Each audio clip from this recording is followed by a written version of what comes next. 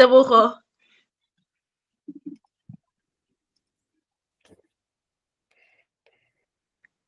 I don't know if she's online, hey?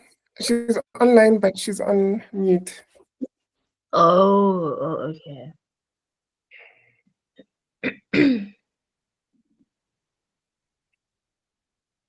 I'll give you a profile picture.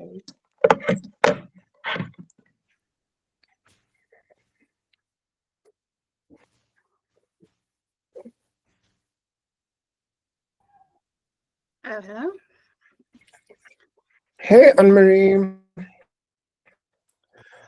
See you. Like, mine looks so weird. It looks cropped. How is yours full screen like that? Oh, no, it's better. It looks better. Did you check? Did you manage to change something? No, I just closed the sidebar that I had on the side. That's why it wasn't showing like that. I see. But anyway, welcome. Thanks for joining. Is baby asleep? I've handed him off to the father. So yes, for the next 2 hours, he's someone else's responsibility. But you should be sleeping, right? It's close to 7. It's 7 o'clock now, so. It's here, so yeah, he normally sleeps around 8 or so, 8:30. Yeah, I think just as I'm finishing up. Are you guys? Is it still daylight savings? Yeah. Okay. That thing, like, I still don't get it. Oh, me neither. So confusing.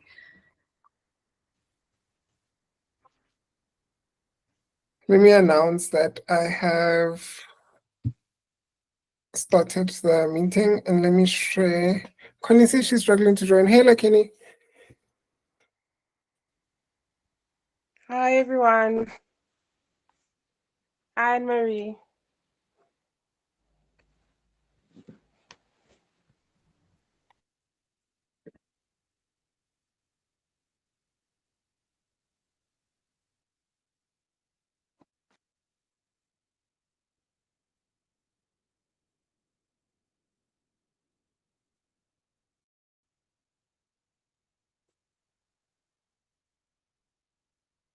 Let's give it 5 minutes, and then I think we can start.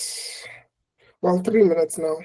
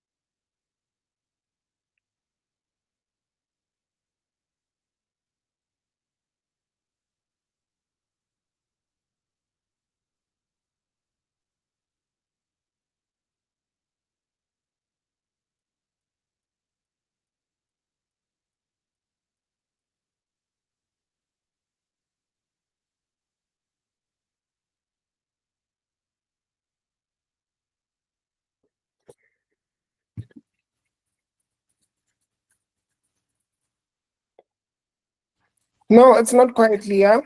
I was just handling stuff on WhatsApp. We are giving it 2 minutes, and then we're gonna start. Anne-Marie is ready. Connie has joined. Hello, everybody. Hey, Connie, how are you doing?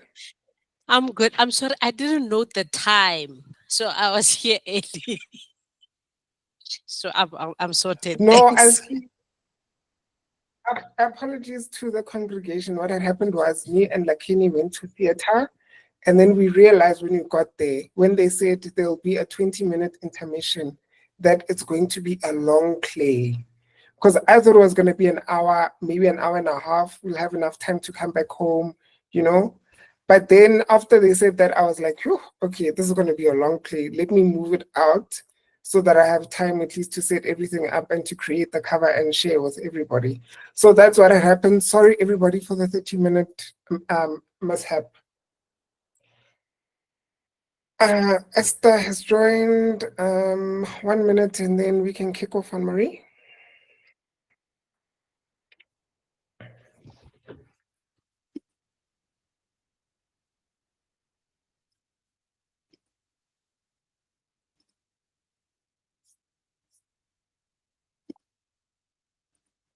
But I like that my usual people are here. I'm not seeing any new names, except maybe like Beryl and Mukibelo. Peladi, I think you hosted at some point, right? Yeah, I did. I hosted How the One Armed Sister Sweeps Her House. Mm-hmm. Yeah. Yes. Yeah, so I'm not seeing any new names. I think if there's anybody new, please say so. But I don't think there's anybody new here. I'm new. Welcome, Mukibelo. Is it your first ever meeting? It's my first ever meeting. When did you join the Kgosi Readers Book Club? Because I missed only one meeting because I was writing. I had a test the next day, so I missed one meeting. And I joined, I think, 2 weeks before the last meeting. Mm-mm. Okay, welcome. Beryl has run away. Anne-Marie, I'm handing it over to you. I'll be manning in the background. If there's any questions that come on TikTok, I'll share. If there's any comments, I'll share as well. I'll be manning the fort. But guys, we are live on YouTube and TikTok, so please be warned. Yeah. Brilliant. Thank you, Asha Gang. So nice to see so many of you. Welcome, Mukibelo. It's nice to see you and to have you. I'll start by asking who has managed to read most of the book. Let's say most of instead of all of it. Just give me like a quick reaction using the reactions. Connie's hand is up. Sorry. Again, you're saying you've read the book. Okay, a good amount. Maybe an easier one might be, who hasn't read the book? Okay, so most of us, if we haven't read the book, we've asked ChatGPT to tell us what it's about, right? We've cheated a little bit, which is fine. That's allowed. So I'm hopeful that you will enjoy this conversation. I must admit, when I was reading the book, I got through part 1 and I was like, "Ooh, Uncle Chinua, we're gonna have to speed this up," because I found myself really like, it's feeling slow. But as I was getting through the other, and I got through, like, got to part 3, and I was thinking, okay, I can see where we're going. And I must admit, it was a reread for me. I read it when I was in school in Zambia, so it was interesting to see, like, what I missed the first time I read it. But as I said in our chat, I thought that it would be good for us to just start by situating ourselves, understanding, I guess, the magnitude of the book that we're reading, because I think that if you're anything like me, I think I maybe downplayed that a little bit when I first started reading it. So I was looking into a little bit more about, the details around this publishing. And I've got some notes, which I think will be interesting to share. So it was published 1958 in a publishing house in London. And the background behind that is Chinua had written this book and he had sent it to this publishing house, and apparently didn't hear anything for like months. And so he had a friend who was coming to London from Nigeria, and he sent that friend to the publishing house to be like, can you just go and find out what's happening with the book, right? So the friend shows up to the publishing house and finds this manuscript like in the corner of the office that he showed up in. and he insisted that they look at it. And this book ended up being one of the first books published by a Black African. And for context, in terms of what was happening across the continent, of course, we know like 60s started that wave of independence across the continent, starting off with Ghana, who had gained their independence in 57. So 58, this book gets published, and it's telling this story in a very Afrocentric way, I guess we could describe that. And in a lot of ways, not just this book, but other books that Chinua Achebe ends up writing kind of represent this transition of time for the continent, where we see the old overlapping with the new and all the tensions that happen in between. So I guess in terms of readership, maybe like me, you've sort of gotten into that place where the pace, you know, we want the pace to keep us engaged throughout, but this one was really like, there was a lot of depth in it, and you had to take your time to think about what is it about Igbo culture and so on. Hopefully we're going to be able to unpack that today. So that's our background context, and we're going to jump straight in with the questions.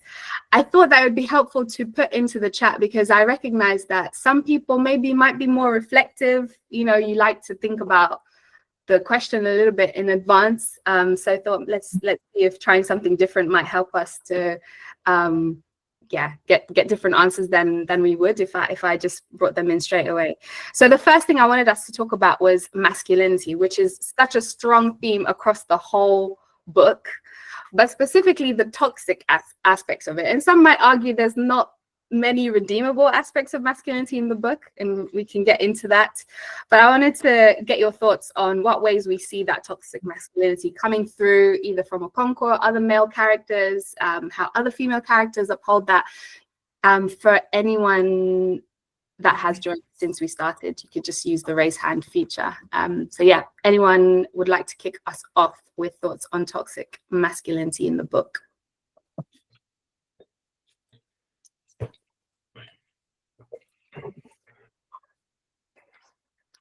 So I'll go first if there's nobody else who's got their hand up. For me, it was very jarring how the first two chapters also of the book were so focused on Okonkwo being the strongest wrestler in the land, you know? And I was like, okay, so this is how we lay the foundation. And you guys had already given me like hints in the group as to where we were going and what is happening in the book. So immediately my mind went there, and I was like, so he is a wrestler, he wants to be this big, strong man. So that is how he proves his masculinity within his community. I found it very different to open the novel like that, with this big, strong man who claimed his title by defeating other warriors. Yeah.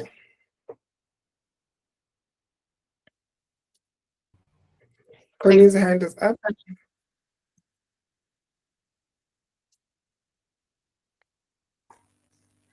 Hi. Okay. For me, interestingly enough, I was not reading the book from that point of view. I put myself in that time, and I was sort of feeling it from it is that time, and this is what's happening. And it was written from Okonkwo's point of view. I was not trying to put myself in it to say, why are women in the background? Why are children treated this way? Why? Rather than I was there. I was the fly on the wall and just observing the world as it was. And most of the time when I'm reading, I find myself putting myself in situations where I'm like, I can't believe this woman is doing this or this man is doing that. But for this book, for some reason, I enjoyed it from that point of view, and I left it at that. I don't know if it makes any sense. Yeah, it does make sense. So I guess from your observations of masculinity, did you find yourself thinking any of it was toxic toxic at all, or were you really just kind of trying to immerse yourself in a neutral way? How did you I guess navigate that? Because as Atlegang has said, you know, the first thing we're introduced to is kind of this temper that Okonkwo has, and we see it expressed, well, there's outbursts of it at different moments. How did you navigate that, like trying to just immerse yourself? Like I said, I didn't even think of it. Hey, I was there and observing from Okonkwo's point of view, from the Times point of view. There was no, I didn't think about it. Now that you're asking the question, I want to kind of go back and figure out how I was feeling about it. But it was, I don't know, hey? I didn't even think about it in that way. It was like, it's like watching a movie that doesn't drag you, you know, like it's playing and I'm like, okay, this is the story. This is what's happening. Okay. Yeah. And because the book was so layered and it had so much going on, that bit, I didn't think much of it. I think it does make sense Yeah. what you're saying, because I guess Yeah. the way that it's written, we don't necessarily get a very obvious like motive for why Okonkwo was the way he was. So I guess that, you know, I can understand how you engage with it in that way. Yeah, I think, I think it was more of, this is how things are and there's nothing else different anybody has experienced. And that's how I was experiencing it. So it's like, this is how the world is. And I never thought of me as Okonkwo's wife, I can leave him. You know what I mean? If this is what we do. I don't apply my mind outside of this. My frame of reference is where I'm currently am. I don't know any different. So I was experiencing from that point of, I don't know any different. This is it. This is life. This is how things are. Okay. Yeah. Teacher Leah, and then afterwards, Mokibelo. I want to just agree with Connie on the same. I looked at this book as a historical fiction book. So I was looking at it as though the entire story in Mofia was the reality of the time. And so Konko was just a character that was introduced to us for us to understand exactly what was happening in pre-colonial Nigeria. So given that backdrop, I get what the point is. I felt the masculinity there, and that's what I want to say. For me, one, I tried to understand Okonkwo from the perspective of who he was, based on the dad. Apart from this, not just from the community itself, even his own experiences as a son of a poor man who also was lazy. And I think that even in times today is still something that I feel is his dad was just, for me, was just universally an idiot from now till then. But then I try to understand how that particular experience he had with his father, when his father was, laughed at, he was not allowed to attend meetings. I think the time he said that, in the book he said that his dad was called like a woman. That for me was primarily because all he wanted to do was just play his flute, and even towards his death, he actually just carried his flute. And I think I try to understand it from the perspective of a shamed boy who then gets into this society that, quantifies being a man based on the kind of achievements you get from a young age. And I think that's why he was overworking, from the fights to the slums to everything he was trying to do to not. And I think today, if you look at him from Ikemefuna's perspective, when he, when they're talking about the way he used to like him, like he had a think he really liked, he took a liking to him, but he couldn't show him that. So for me, those are toxic elements that I was able to pick up on based on what I understand toxic masculinity is. But then I was looking at it, as Connie said, from the perspective of the times. And I think that's where I was conflicted as to, that's what they knew was the norm, like especially the children, the wives, the community. But at the same time, I appreciated the masculinity that came with, like for example, when I think it was an elder who came in to tell him, like, don't, like, I think he said, this boy calls you father or something, and do not take a, do not play a part in his death. And I kind of feel like the same book also really did express how the brotherhood and the sense of community, especially amongst the men, was also very strong and admirable. For example, when the rich guy, I forget his name, he gave Okonkwo his first set of yams, and then just generally some of the good things were there. They just very fine in between, but toxic masculinity for me was a lot. But then, as Connie said, it was just for me. It was the norm. It was what was happening then. It was the backdrop of the community. That's how much I would answer that question. Thanks. Thanks, Leah. Mukilelo?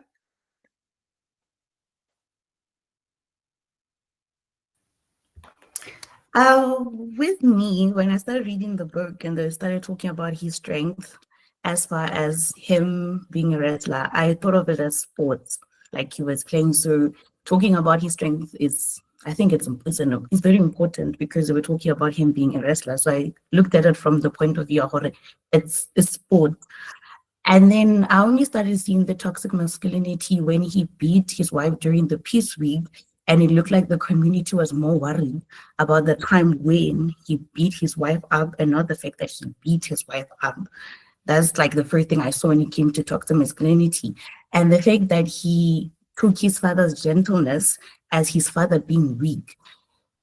That is also, I think, toxic masculinity, and also the fact that he expected his son to be this strong and he didn't want to show any emotions when they killed, who's that child? I forgot his name. But when they actually killed him, he thought defending the child because he came to love him will show him to be a very weak man, because if you're a man, you cannot get attached to people. I think that's how his thinking was. Yeah, that's what I have to say. Yeah, I'd agree with you. And I think that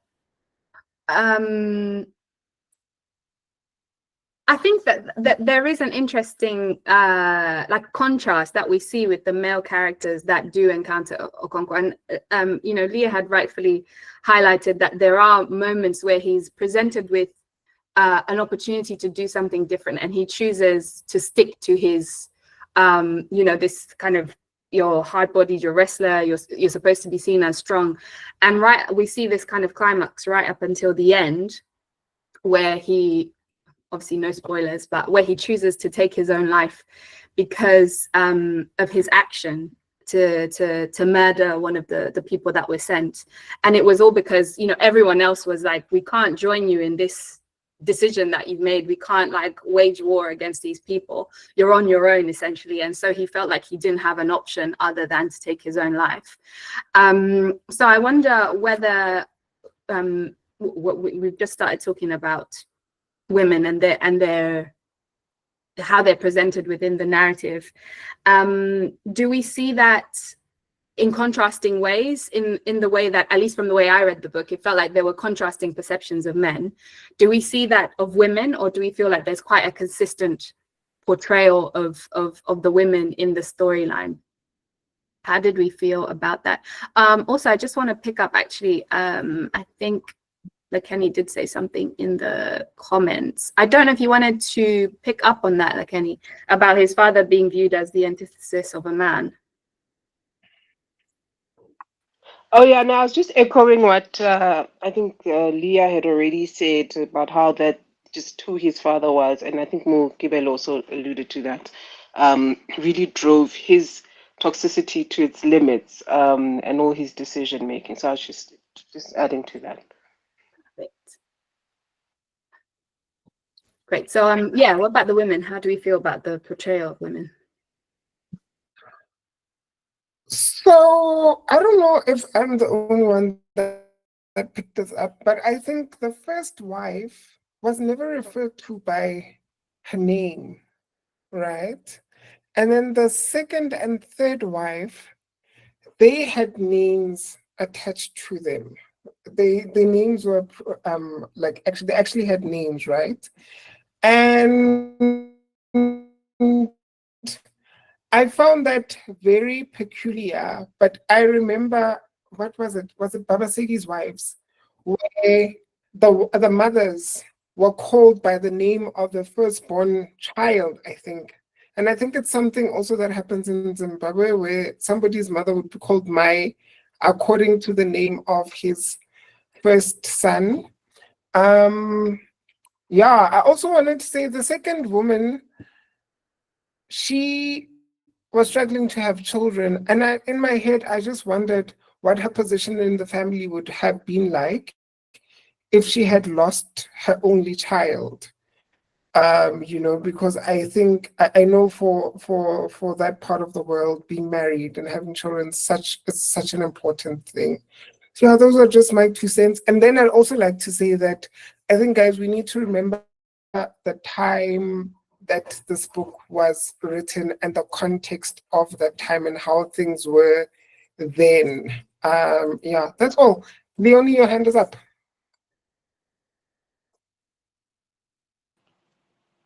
I just wanted to say for the women, I really couldn't put my finger on how they were truly treated because the second wife left her husband and just went and knocked at Okonkwo's house and she stayed there. We didn't get to see her being held accountable for that, given the context of the time that this book was written. I was I don't think that would have been sensible for them, for the village or for the clan to just let her be and just go and be with Okonkwo, unless if Okonkwo was a better man, which I highly doubt he was by the time she went there. Do you think she was allowed in because Okonkwo was physically strong, and so he could kind of, what man is gonna face up to him to try and be like, hey, you've taken my wife? Or if you were gonna make an assumption beyond that, what do you think, Leonie? Yeah, maybe because he was strong and also maybe the status, probably he was already a man of status by that time. But also they were unusually close for people in a polygamous marriage. They were very close, which is something I don't know if I should give the credit to Okonkwo for being a man of authority, or they were just naturally close given the time the book was written and the context of it all. Yeah. I think polygamy was much better and less stressful for them then than it is now. Yeah. Anyone else? What did we think about the? I mean, obviously, other than it being wrong, but that moment where Okonkwo loses his temper and he beats his second wife, and the response of the village at the time.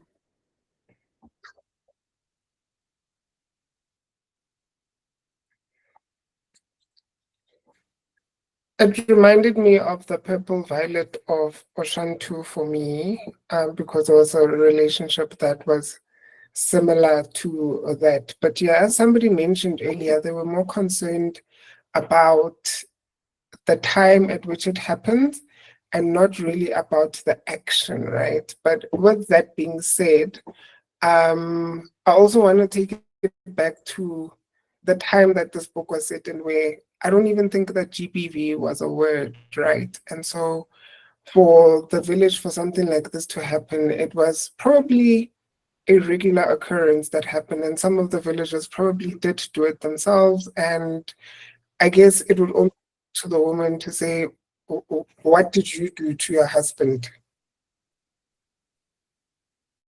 Leonie, your hand is up. But also, when it comes to the women being beaten, I feel like the family of the women played a role in how the husband treated the wife. because I remember somewhere in the book there was a meeting where brothers went and took their sister because she was being abused, and they said if he abuses her again, we are going to cut his manhood. I'm not so sure what they said, and the men promised to do better in a way. So I feel like the fact that this lady had already left her family and her other husband, it was easier for Okonkwo to hit her. I'm thinking maybe it had been the third wife or the first wife. He would have tried to control his temper in the sense that maybe the families would be involved in a way. But I feel like the second wife had already shunned that door because I think it came with humiliation. Don't you think? The fact that she just left another man, that they had taken his dowry, the lobola and everything, and she just went to Okonkwo's house. You're right. Mm-hmm. I think that maybe it made me think that perhaps, you know, there was more there that wasn't included in the story. Maybe she had less of a kind of covering because of the action of leaving her first husband, and perhaps if it was a different wife, maybe there would have been a different sequence of events. But I do wonder whether, because we do see that the way that Chinua Achebe writes this, he wants to make it clear that it was wrong what Okonkwo did. And I think what's interesting about the way that he frames this is that he points towards like the kind of beliefs within Igbo society around what's sacred and unsacred. And there are these beliefs around times of peace and so on, which are a bit more foreign perhaps to Western societies today.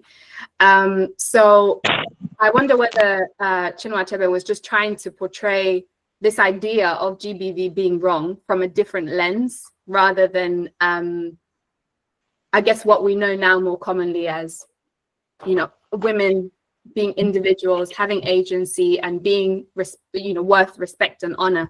And at the time, trying to present the same narrative, but from a lens that people who are reading would understand. It's like, oh, actually, you know, our beliefs socially go against what he did in this.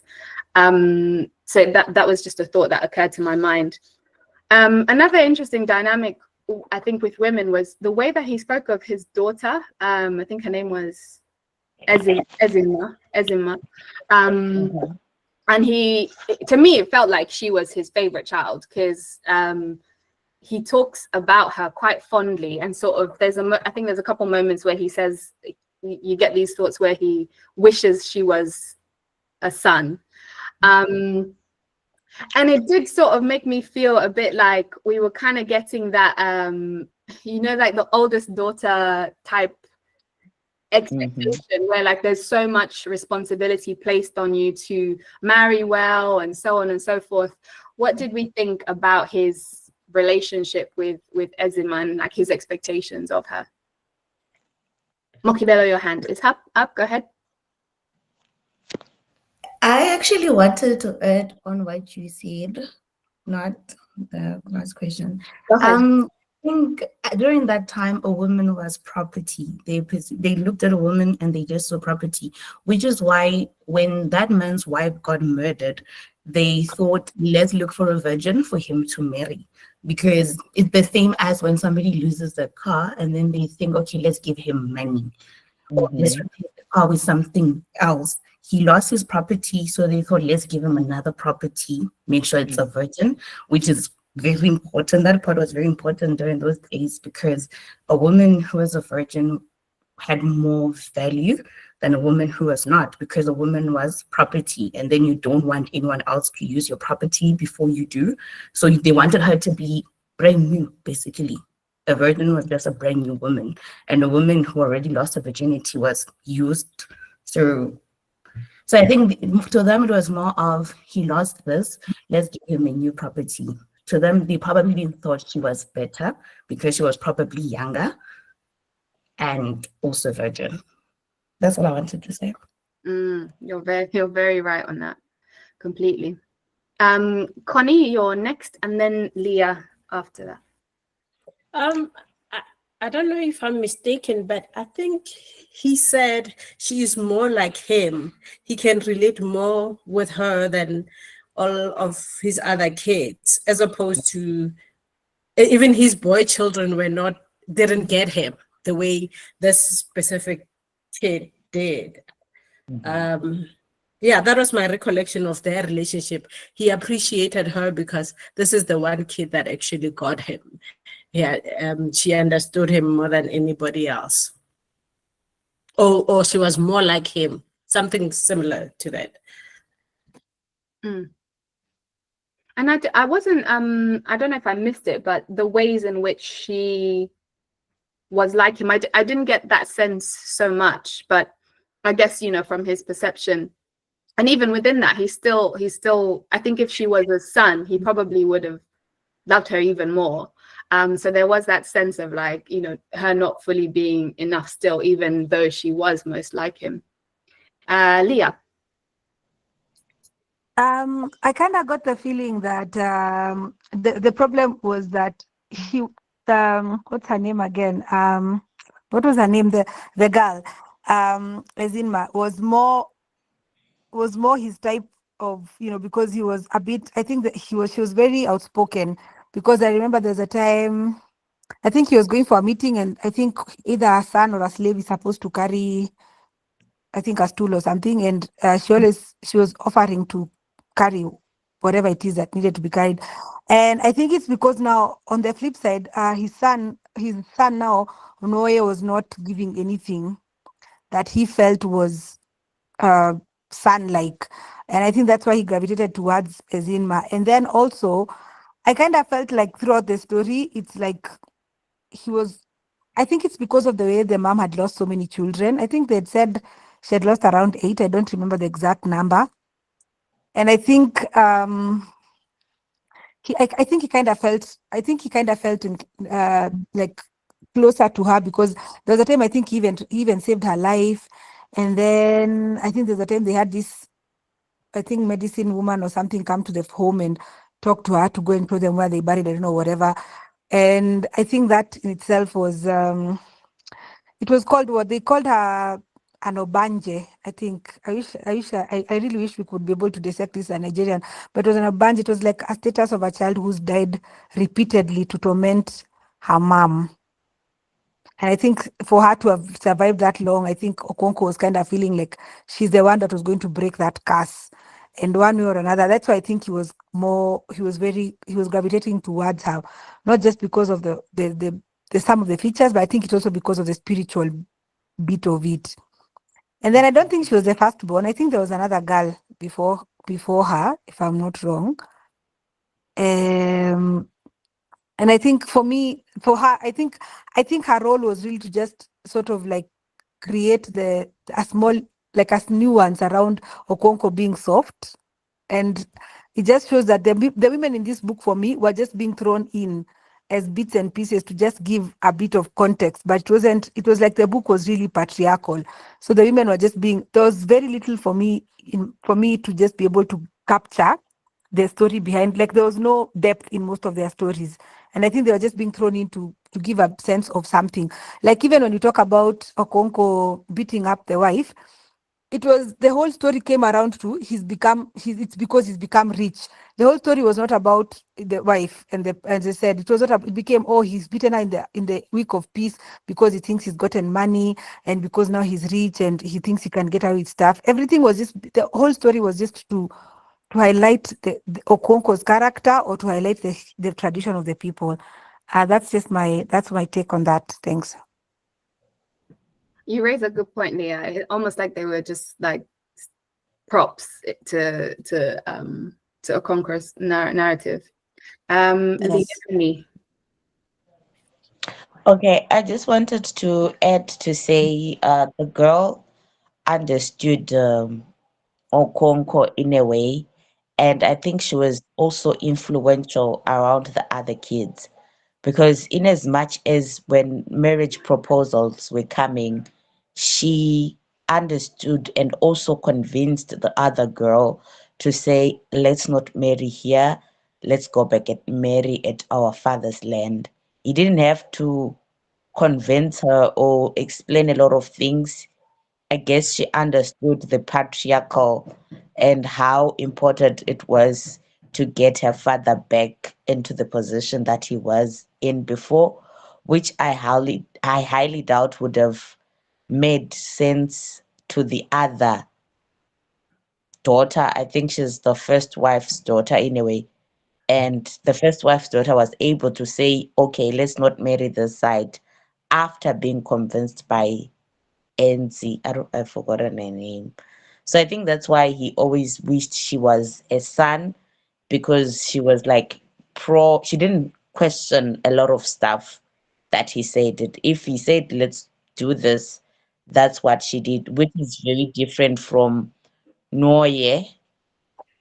He tried to think things through and see things differently and have like sympathy, which is something that Okonko viewed as weakness. Just showing sympathy, showing any feelings. She also did that in a way. Yeah. I think you bringing in Noye, actually, that contrast between the two children is interesting because, like you said, Ezima, she avoided the marriage proposals to wait until she was back in the Mafia so that she could marry someone from her father's clan. Whereas Noye was much more like reflective. He was open to change, which we see in him eventually choosing to convert to Christianity. And I do think it's interesting the way that those two children, the son is the one who's able to make his own decisions, if we see it that way. And the daughter still, there is that pressure to, you know, she has to make a decision that restores her father's status rather than, you know, thinking about her own status, wanting to marry someone, you know, the best suitor or however we define that. So I think it's interesting the way that you brought those two in. It helped me see something that I missed before. But Kenny, please go ahead. I was just going to say, I mean, I think everybody's highlighted how their personalities, Okonko and Zinma's personalities were similar. Even at the end, like her temperament, he talks about how she's also moody. And when he's in a bad mood, she's the one who's able to draw him out of it. I love that Achebe decided to actually use her as one of the examples of how women were like subhuman or below men, because even with all those characteristics of being like the perfect child to him, she could never kind of equal a boy child, right? He had to wish her to be a boy because she wouldn't. The boy children to him felt like a higher risk than she was. Like she would have likely done the right things and gotten all the accolades and titles. But unfortunately, because she was a woman and a girl, she was never going to do that and like carry on the family lineage and legacy, I guess. So I think that was his yearning, because you could see that the boys essentially like their character from how he defined what would be successful and masculine, they didn't possess that, and she did. I mean, she didn't refer to her mother by she referred to her mother by her name. You know, she kind of had this passionate defiance as well that is required to some extent to be like very masculine sometimes and quite toxic. She seemed to have possessed it. It's just that she was a female. I think he saw himself in her, and the likelihood of his family continuing to be successful, more likely the probability of that happening would have been higher with Ezidma if she was a boy than any of the boy children that he had. Yeah. And also it reminded me of that moment when I think it's in the opening of part 2, when Okokwa his uncle sits him down and there's other members of the family of the clan around, and he says he talks about the name Neka and the way that it means, what it means being mother is supreme. And I thought that section was really interesting because it kind of points towards things that, you know, you wouldn't necessarily immediately know about the way that they choose to name children and particularly girls. So yeah, I guess I just wanted to get thoughts on what we thought about that explanation about this name that means mother is supreme, and the way that he distinguishes this kind of separation between people, yes, belonging to their father's clan, but when they need safety, when they need protection, they actually go to their mothers as individuals, or their mother's side of the family, more broadly. What did we think about that part of the way that Igbo society was explained in the way that they choose to name children?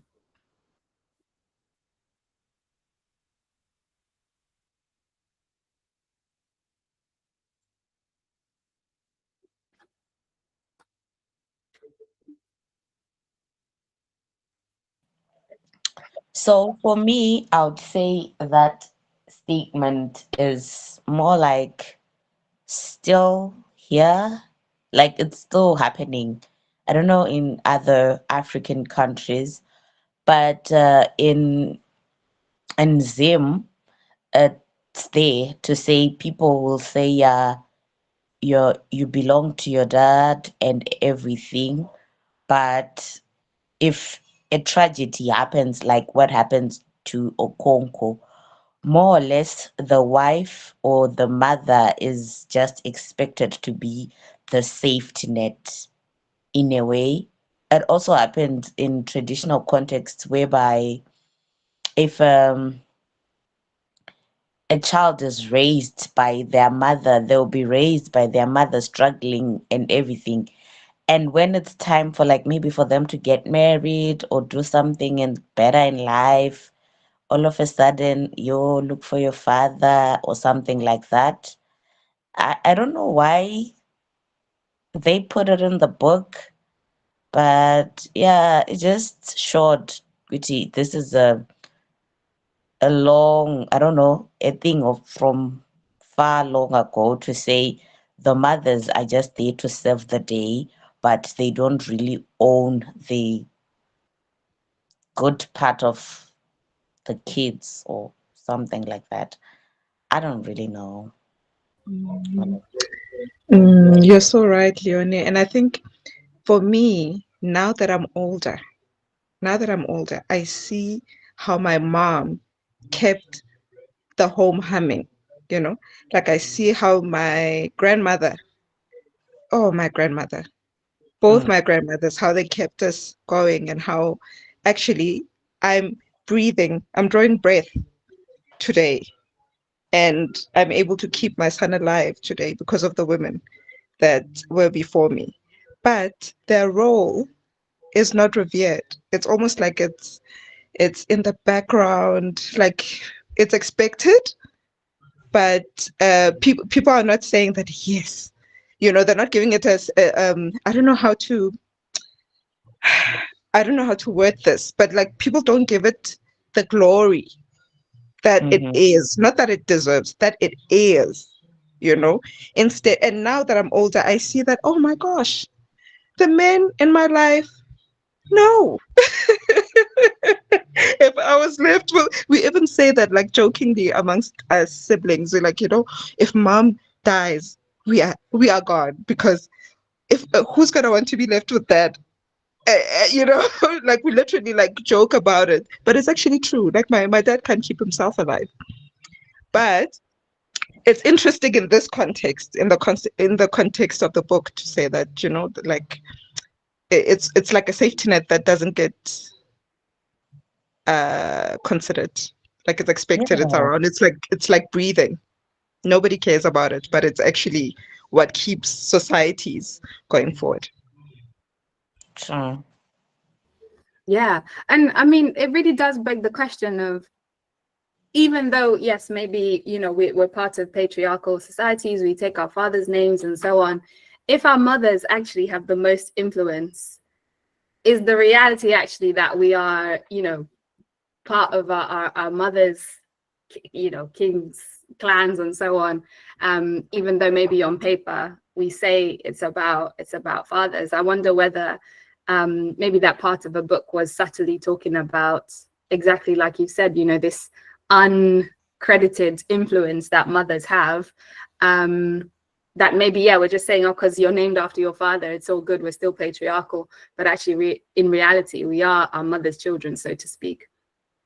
I like that name because I've met so many people called Nneka, and I've never really known that actually there's this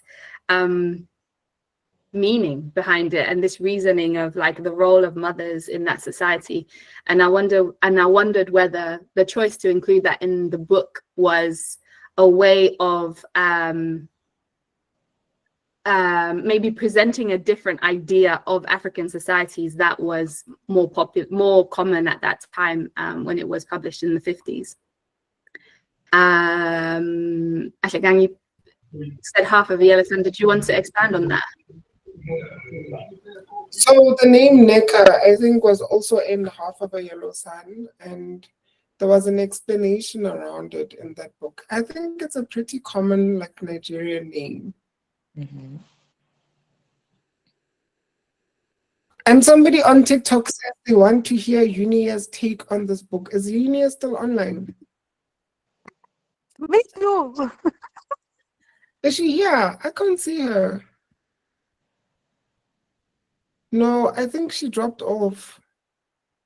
Maybe she had like network issues and stuff, but I would also like to hear her thoughts. I wonder if she's dropped a review on it. Like, in your hand is She has dropped a review. apparently the review is available on TikTok. Like, is your hand up, or was that a mistake? It is. I wanted to ask something before Anna Marie continues with the discussion on this thing about kind of women and mothers and stuff. And maybe someone can answer it for me, and maybe in your research you found this out, Anna Marie. What the mothers get buried back home with their kinsmen, right? I found that puzzling because I always thought a wife belongs to the husband's family and gets buried with the husband's family. So I found it a bit peculiar. I'm not sure if other people have comments on what happens in their tribes. Because then it takes away that whole the wife belongs to the once the dowry's been paid, belongs to the husband's family. So why does she get returned? I found that a bit bizarre. I'm not sure if someone has an answer. It was just a side question. No, actually, I also found it a bit curious. So I because in my culture, you die where where you were, Yeah. married. Cheche, you're not Nobeli Ngune? No, I'm not. No. Eh? You sound so much like They Nobeli. do. She's not. Oh, I would love to hear how she sounds. The No, no. recordings are on YouTube of all our past meetings, so she joins most of the time. I don't know why she's not here today. Is it your first time joining? It's the first time. It's the first time. This is actually the first book that I read with you guys. Welcome, welcome. Thank you. just to answer to Lakeni, it differs with traditions, honestly. And I haven't researched about it, but in the Shona tradition, you don't get buried. You get buried at your husband's place, but they take everything that belongs to you. So that if your husband is marrying, that he doesn't use your stuff. So when a Shona lady dies, her family, they take the last spoon. If and it's not even funny, don't laugh, because it it's sad because the kids will also be left with little to nothing. They'll take everything. I mean, yes, everything. Oh my God. And if your family is very selfish, they'll even go to some bits and pieces of the properties. They won't end at the kitchen only. And their argument is if he gets a new wife, he can't use our child's things. That's the argument there. And if you haven't fully paid your lobola, they will take your body as well and bury you there with your family. I don't know in the Igbo tradition what is happening there. I don't think we have a Nigerian person online. Dawn hasn't joined in quite a while, and she's the only Nigerian that we have actively in the group. Let's ask chat. Um, Sorry, a question for Jan. So they take everything that belongs to you except your kids. Yes. You see? And it's your brothers that come and take, by the way, it's patriarch. I see. If I think about it, it's just selfishness in a way, because what are you going to do with plates Ish. and Yeah. stores and just they take You know, like I'm thinking as you're talking, I'm like, you know, it would be nice for that kind of love and, you know, like to be shown while you're still alive. Like your brothers come and say, you know what, not with this girl, you know, or something. Like it sounds, until you said it's oh patriarchy, then I thought it was just like such a beautiful display of love until you said no, it's actually done out of selfishness. They will take everything. yeah, it's that kind of selfishness, because it's not like they will then, because what happens is if the family is a nice family, they'll just come and take for the sake of, like, you know, tradition. And maybe they just take the things that you were using to say, give us the pots that she was using on a daily basis, the spoons and everything. And then they leave the new stuff. You know how women we are, we have our special stuff and that you haven't used. But if your family is selfish, where they'll take everything. Even those things that you say, no, these ones are special, you have never used, they'll take. If you're in the villages and you had your kettles and your mbuzis and your whatever, they'll take it again. They'll take everything that they feel belonged to their sister. They will take. Yeah, that's hectic. And leave the kids, by the way, because according to them, the kids belong to their husbands.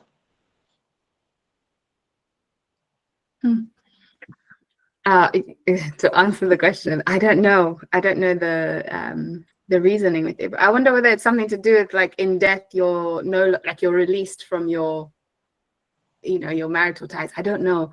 But it's interesting. When I was reading it, I was just like, oh, this is beautiful. You know, like, obviously the mother died, but then her clan still have a responsibility to Okonkwo. They've welcomed him even though he's committed this crime.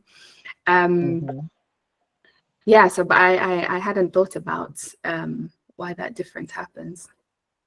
But now we've learned about Shona, and yeah, hey.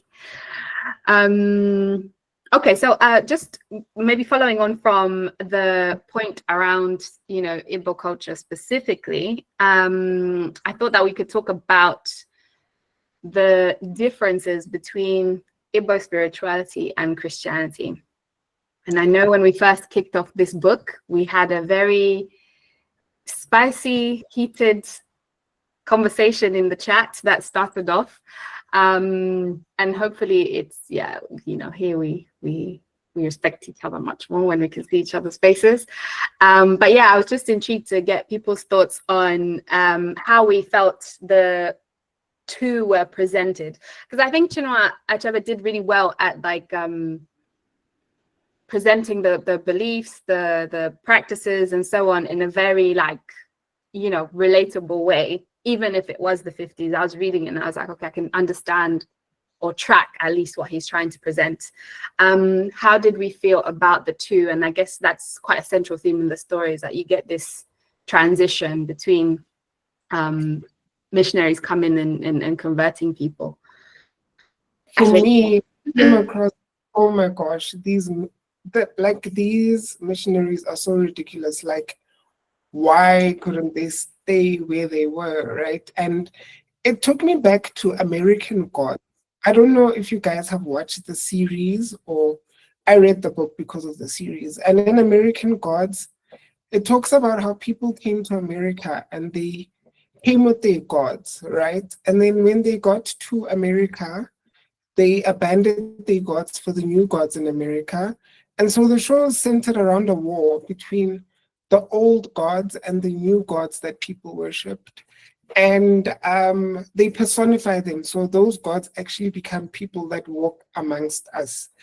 And I was thinking about how ridiculous it must have been for these villagers to just be existing. And then one day somebody comes and says, all that you've been worshipping, all that you have known all your life is actually not real, and it's not the correct way of life. I probably would think that these people that have just come are so ridiculous. But then thinking about it while I was driving, I was like, actually, and then they were successful, and then it dribbled down generations and generations and generations and generations. And now it's still a debate that's there, right? The traditional rights versus the religion. And it's still something, it's still a debate that's going on. So yeah, that's my 2 cents. Melanie, please share your thoughts. I also agree with Kgosi because I feel like, I don't know, man. It's like you are just in your house and then, I don't know, a plane just crashes down on you, like without any warning or anything like that. They just showed up, and not only did they show up with religion, but they showed up with forces. They showed up with their queen suddenly having power to influence the people. They came with their new authority, and they guarded their new religion with their new authority and with their new rules, and disregarded the whole other leadership that was there, the laws that were there. I get it if they'd come and said, no, spiritually, you guys, this is wrong, right? That would have made sense. But also trying to take away the rules and regulations placed in order for the people in that contest to live in harmony was just not fair. Just for the commissioner to come and all of a sudden he has power, his influence, he's got his new rules, and his the religion is now being pushed with a new set of laws that were not really, it's like the religion, they tried to teach it, but the laws were just forcefully enforced. And the moment the laws were enforced, religion kind of like was also then forced. It was not like some people like, okay, we are now taking the choice to choose. The laws were already choosing for them in a way. So I feel like it wasn't fair. And oh my God, the last part of the book really made me mad. Yeah, they Very made me mad. Because I was like, yeah, we're moving nicely. Where are these white people coming? Like, yo, can we just have something? It mm. really pissed me off. It did. And in addition to the things you listed that they brought, they also came with guns. Because you know when the Conqueror's gun goes off, I said, how did the gun end up in, and you know that when they came, they brought guns and they left them in the clans and they traded guns and so on. And that Mhm. was within the clans too. Beryl, you're next.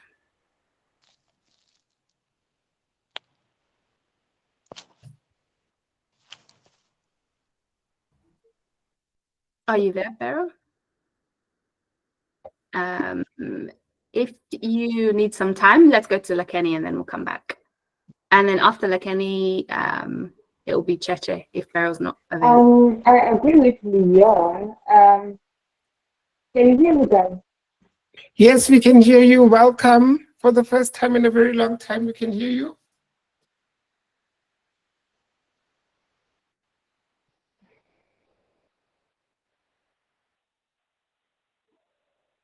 Now we can't hear you anymore.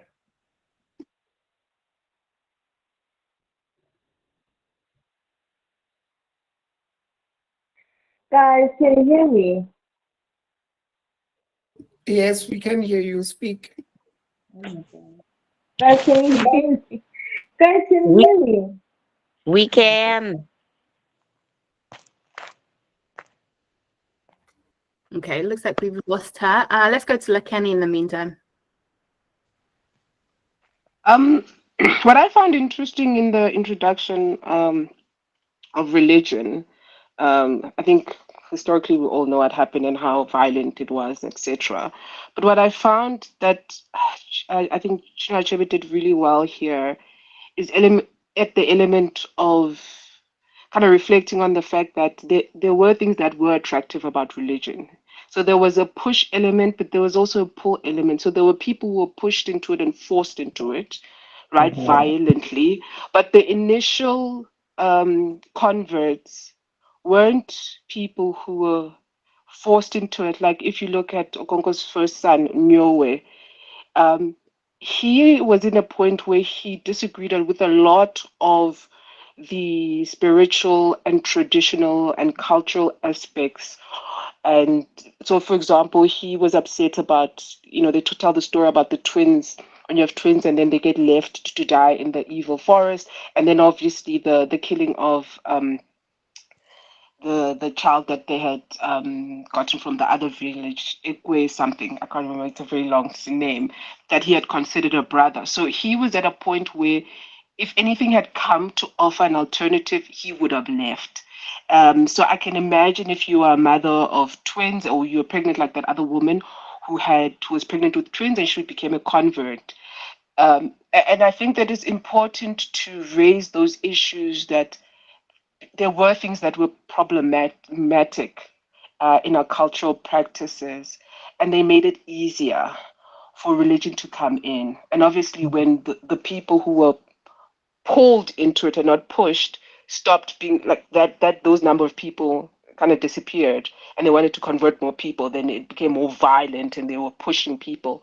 But there were people who were pulled into it because it offered an alternative that resonated more than what the cultural practices did, because there were harmful aspects of cultural practices as well.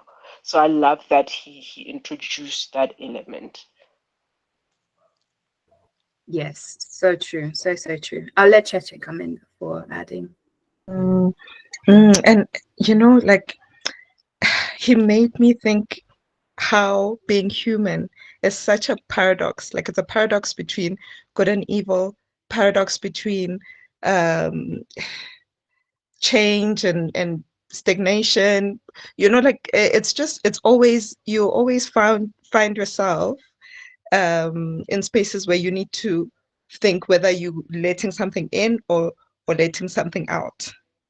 And I think in terms of how the religion came in, I think it was so insidious, and it found a loophole in the people's existence where people were when like just a little loophole that allowed it to fester and stay, and I when I think about it, I think that what religion coming in, yes, it came in with its good, but it didn't allow us the natural evolution that human beings have. Like being African doesn't mean it's all good, right?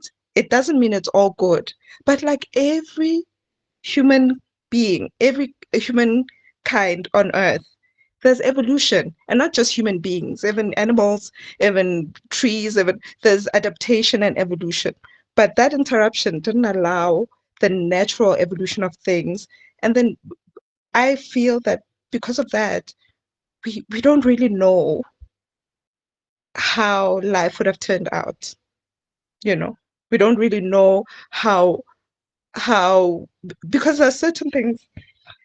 Uh, for instance, I have an existence in the rural areas because my mom and dad are still in the rural northwest, and then I stay in Johannesburg. So that juxtaposition, when I go home, I feel how easy, even though it's challenging, but how easy life is, and how easy life can be when it naturally just evolves. But here in the urban areas, it's so difficult.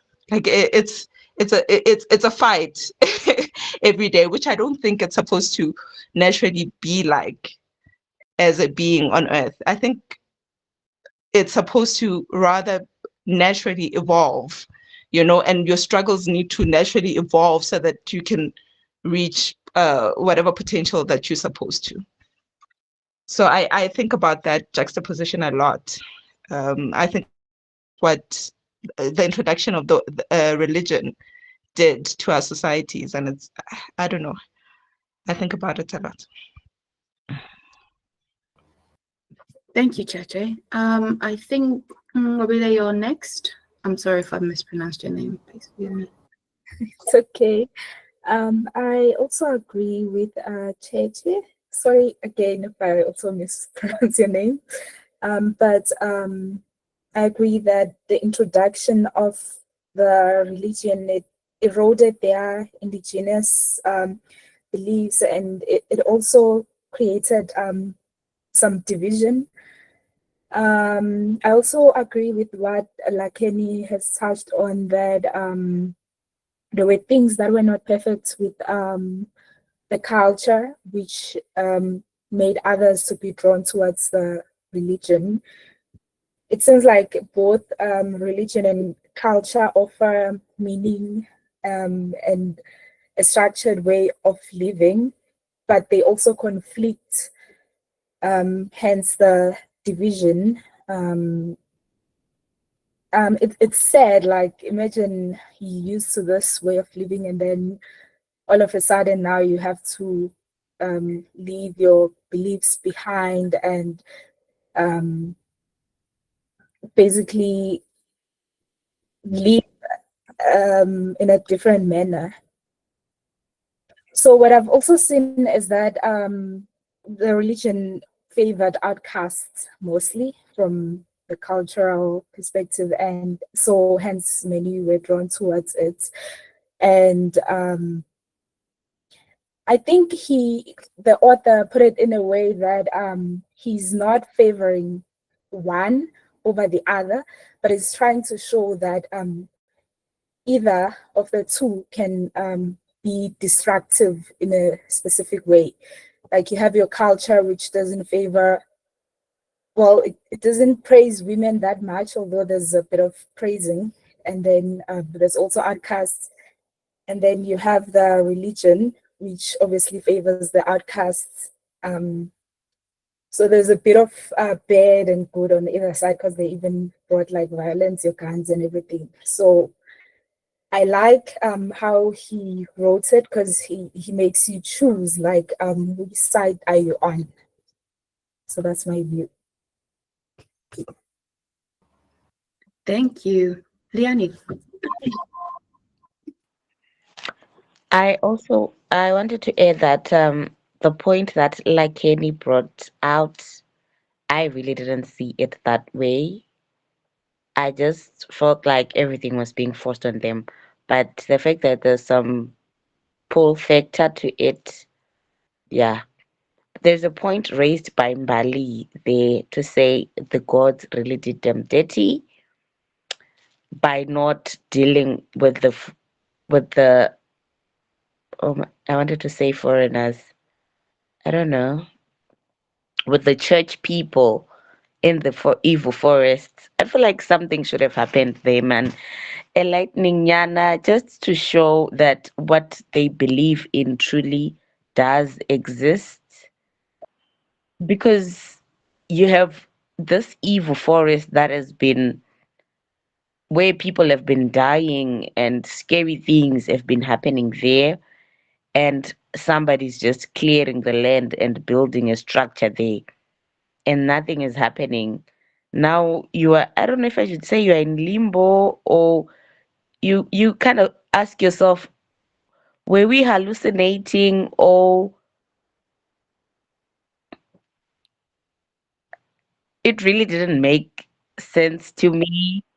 It was giving, that part of just gave African movie vibes, where I know like the Ivory Forest doesn't do anything. I really wanted something to happen, honestly. I was really disappointed. Something should have happened. If something should have happened, the lady that came and took Okonko's daughter, she showed that really truly the gods have got power, because she walked for a long distance carrying a 10-year-old on her back.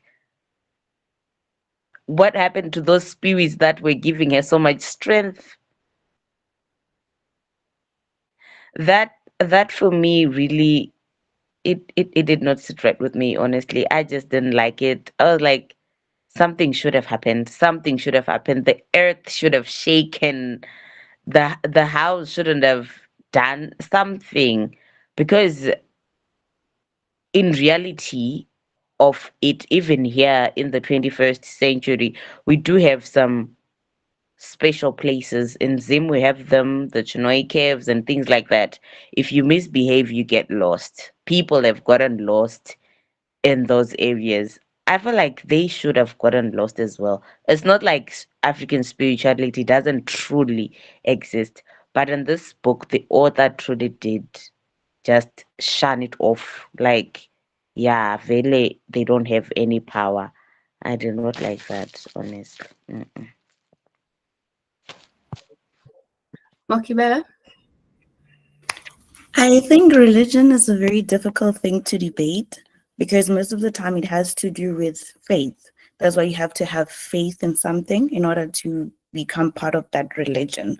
So with the introduction of Christianity and stuff, it's very difficult to see whether or not the introduction was good, because whether or not the Christian God is the real God, nobody knows. Whoever believes he is the real God believes he's the real God.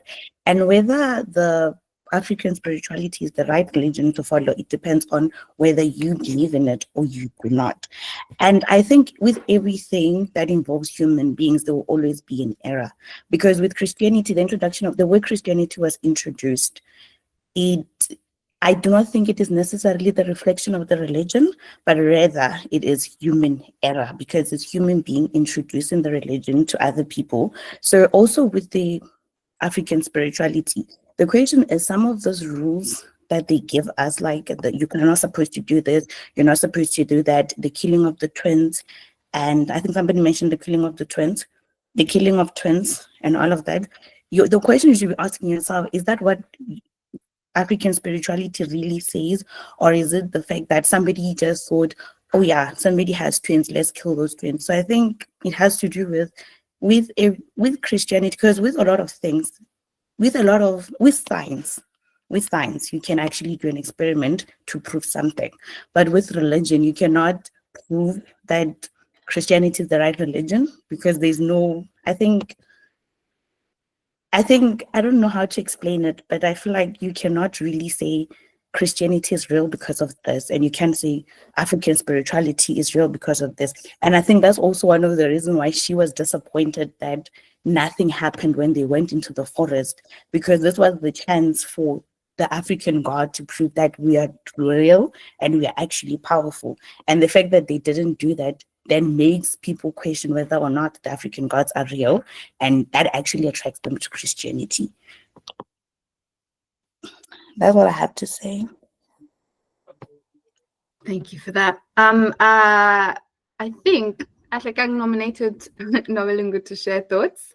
Yeah, I did, because she sounds so much like Cheche, and I don't know if I'm hearing things. So I'm really hoping that Novelungu can come and share her thoughts. I don't know if you had another question, Anne-Marie, but I just wanted to after all of this, get a sense from the community if they picked up queer undertones between the two boys.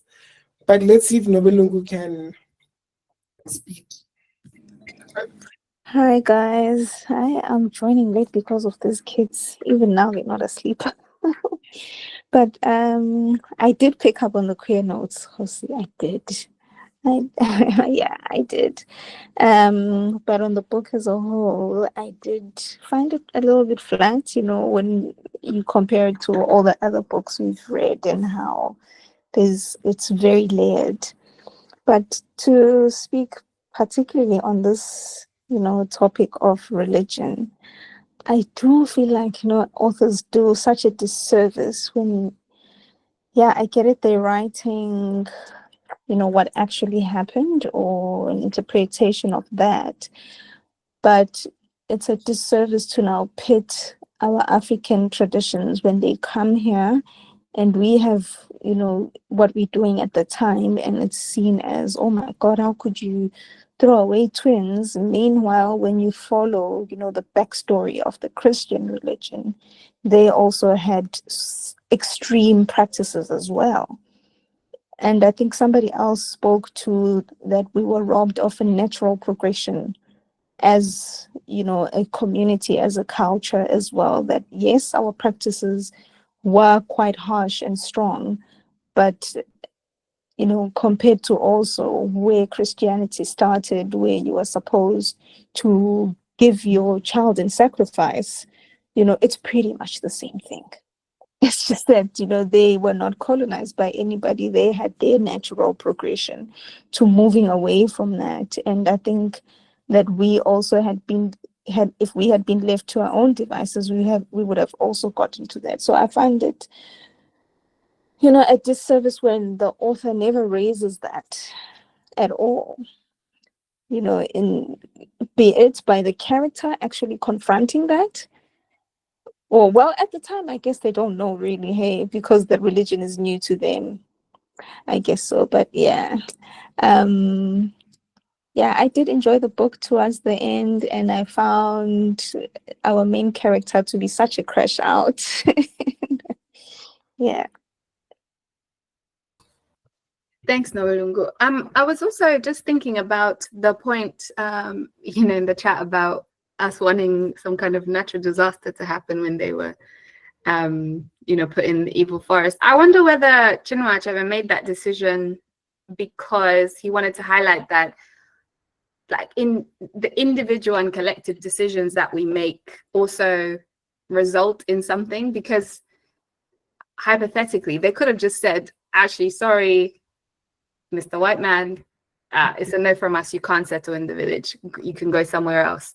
And the fact that they did allow them to, yes, in their eyes, it was the evil forest, but it was still, they still gave them a portion of land that they could then turn into something. I wonder whether he was trying to highlight that also in our individual decisions, that has an impact in what has then happened since.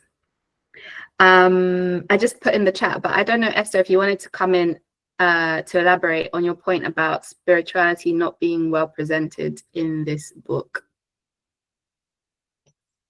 or if you feel like we've exhausted it. Hi, Anne-Marie. Hello, welcome. Hi. No, actually, I felt like a lot of people have already said what I wanted to say. That I feel like it was done a disservice. Is it how it seemed like we were there, but then the minute the white people, like they call them, came in, that power that we experienced in the first part was suddenly inactive. I don't understand. Or maybe the power was just to control our own, but it is not working with others. I'm not sure. Yeah, maybe others can help. That is an interesting thought. Was it just to control others? And therefore, we have these like people that are on the margins, as we've talked about. If anyone has thoughts on that, please feel free to come back to it. The next question I wanted to bring in was related to that very last portion where we see the district commissioner. Leonie, you've got your hand up, so maybe it's related to this. Did you want to reply? Go on. I wanted to reply to Esther to say I think it's Mokibelo who talked about faith. I think when it comes to religion and every other thing, it works when you believe in it. I've heard some people practice our African tradition. When they talk about using muti, they always say it's difficult to use muti on someone who has never used muti in their lives or who believe that muti doesn't work on them. Those people, even if you want to try something, though be it a good thing or a bad thing, it doesn't work for them. Even if you want to help them, if that person doesn't believe that this muti is going to help me, they're not going to get help. It's also the same in the Christian religion. We always say that faith is the currency that we use to transact in the spiritual, to say no matter how much a pastor prays for you, no matter how much you pray for yourself, if you don't have faith, it doesn't work. Even in the religion, in the context of new age spirituality, when it comes to manifestations and crystals and the moon and everything, they always say you have to believe. Words of power. You have to start acting like you've gotten the thing before you've gotten it, kind of thingy. So I think the fact that the powers and the evil for its current work on the white man, because the white man just saw a piece of wood. He did not see anything beyond that. He just saw a piece of stone. There wasn't anything. It was just like he could take your very precious altar and just put fire and start cooking and be okay and be fine. Not cooking from the evil forest. But yeah, I think it's a good point. Like maybe it was inevitable that the outcome was going to be the outcome, because it was two different worldviews, two different belief systems, and so yeah, that kind of overlap wouldn't have happened in the same way. So the question I was going to introduce was about cultural erasure, and the cultural erasure that colonization was responsible for. So I found it so interesting at the end, where the district commissioner is like thinking to himself, and I wish I had my copy in front of me, but he says, he's thinking about the book that he's writing, and he says, I'm going to include this chapter, like, have this part of what's just happened as a chapter. And I thought that it was so, I don't have the right word for it, but just the fact that from his perspective, he managed to perceive, his perception of everything that was happening in Umuofia was ultimately going to fit into this one chapter. And it made me think about, I guess, the bigger pattern of how the continent, particularly when Chinua Achebe was publishing this book, had been portrayed as very one-sided, or just, as this place that you can extract from and exploit, rather than this sort of richness of culture and tradition that we see in the rest of the book. And so the question about cultural erasure is not necessarily about how much of it we see in the book, but just what we see in society. So I'm sure many of us learned a lot about Igbo culture that we haven't learned about before. But in what ways do we still see that erasure happening in this decision to cut out different people's perspectives or storylines, or just summarize them into one homogeneous view or lens? Because I can't remember what he said that he would title that book. Something so stupid. I was like, this guy. And I wish we got to see some justice in that situation. But yeah, I was just really struck by where it ended, because he was like, I'm going to have this as a chapter instead of, this intrigue in the culture more broadly. So yeah, in what ways do we see colonization culturally erasing different contexts that we're from?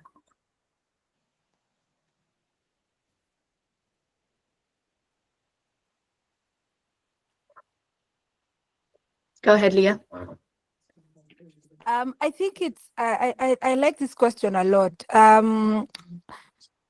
I think there's a writer in Kenya who talked about how a lot of our like the forefathers' perspective was wiped away because of our inclination towards oral tradition, and so majority of the conversations that majority of the literature that I've been able to read myself has been the perspective of the white man, more or less.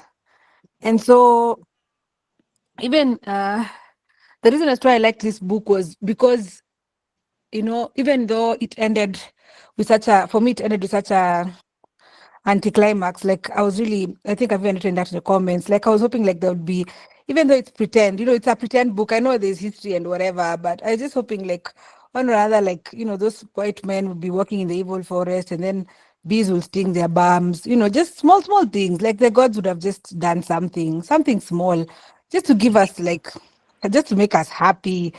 I mean, what would have been so hard about, you know, just saying that for just a second, you know. But then when you look at books, like I was reading a book called Colonization, I think in Africa or something, and this guy was talking about how I think I think he was called Dr. Livingstone, came to Africa and he was trying to, you know, in quotes, discover this land, like the people who were there were just ants. And then he talked about the way, I think there was a part where he died. He died somewhere in the book. He died at the beginning of the book, he died. And then they talked about this young African man, but they put him like it was like in the back of the storybook. But he carried this man all the way from Africa all the way to the UK. And I kept imagining how much science must have involved, you know, with the preservation of the body and all these things. But then they didn't put it like that. They just made it look like this guy was a hero. And I think that's the sad part about these African stories, that they're just given from the perspective of, you know, that district commissioner and the perspective of the governors who came to take over our lands, the perspective of, you know, they were trying to make us look like we are idiots half of the time. And the other half of the time when we rebelled, they were trying to make us look like we're the bad guys. But I just wish more books would be written from the perspective of like us having some wins, as opposed to just not all the time. It's like we just lost everything. We lost everything. There are so many things that we won, and there are so many rebellions and so many fights and so many other people who came up and said, no, this is not how we want to live. I wish they were highlighted more than just this conversation around, oh, you know what, they lost. This white man came, divided them, and they lost. This white man came and gave them religion, and they lost. I wish there were more books that just highlight, you know, the stories that kept on going. And, you know, even when the lights went out, the stories that kept on going, the people kept on fighting, the people who kept the traditions alive, the people who told their children about the days of the past. I wish those stories were told more. And I really felt disappointed that Chinua did not take up that conversation to that level, given his status, even not in the first book, but even in subsequent books. And I wish that even when you are listening here, that one of us or someone will just give us stories of African heroism outside the element of, you know, they fought and then they lost. Poof, they all died. Like, you know, it's like, aha, you tried your nonsense, but you lost. I wish people would tell us more stories on victories and the joys and everything that happened when the lights went out. So for me, I just wish something had happened in the evil forest in a nutshell. Something nice, something would have made us laugh, something that would have made us happy. But I guess he decided to end the book with the reality of what happened. But I just wish otherwise. That's my take. Leah, I'm interested. Do you feel like, considering, so this was 58, it was published, Nigeria gains independence, I think 2 years after. Do you think it was even in his imagination that the day when the British administration would be overthrown was even in his mind at all? Like, do you think it was even possible for him to write an alternative story, or he was just like creating a mirror of what his reality was at the time? I kind of feel like there was some hope at, like there was some light at that tunnel, as far off as it may have been. It was 58, you know. I guess maybe looking back, of course, the book was published then, and I like that you gave us a backdrop. Probably that book had stayed at the publishers for a year or so. So probably he wrote the book maybe 50, 55 thereabout. And so definitely looking at that perspective of where he was, and maybe he was at a point of despair, then yeah, then that makes sense that, you know, he had not seen what the future was like.